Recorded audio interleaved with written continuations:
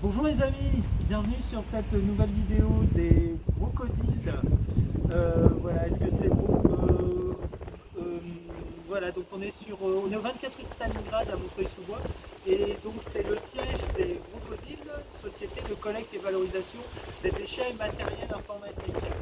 Euh, on fait peu de vidéos en ce moment parce que je suis très pris en fait par l'ouverture d'un nouveau lieu qui se trouve au 182 boulevard de la Villette à Paris 18e et sur un lieu qui s'appelle les Jean Jaurès, dans lequel on va occuper un sous-sol, dans lequel on va proposer les matériels plutôt à direction de nos amis décorateurs accessoiristes de cinéma, de clips vidéo, de youtubeurs, nos youtubeurs préférés aussi qui viennent aussi de plus en plus nombreux récupérer du matériel en fait au Brocodile pour leur création quoi.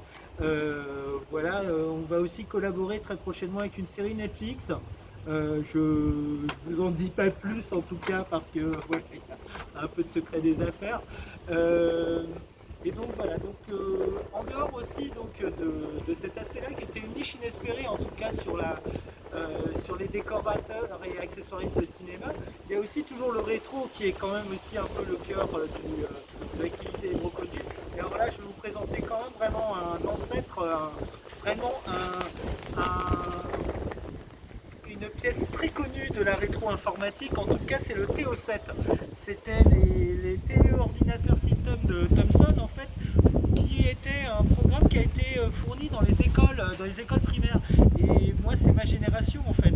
C'est-à-dire que quand j'étais en CM1, CE2, CM1, CM2 à l'école avec Monsieur Bugel et Monsieur Le Friet, Gabriel Soumfort, voilà, qui étaient des geeks avant l'heure, quoi. Enfin, on les appelait pas comme ça à l'époque, mais en tout cas, c'était ça. Ils nous ont fait la première initiation, en tout cas, à l'informatique, montré en fait et mis entre les mains des claviers, des écrans. Ici, il y avait aussi le TO7, il y avait aussi un stylo optique. C'était vraiment un dispositif très ancien. Vraiment, on est sur une machine donc qui est même pas vintage, mais 30 neige. Enfin voilà.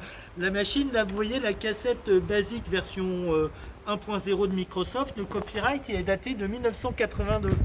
Autrement dit, vraiment, on est sur une machine qui a près de 45 ans. Voilà, donc c'est du matériel ancien. J'ai hâte de le voir fonctionner parce qu'a priori, il a peut-être un peu légèrement pris la poussière, mais il a l'air en très bon état.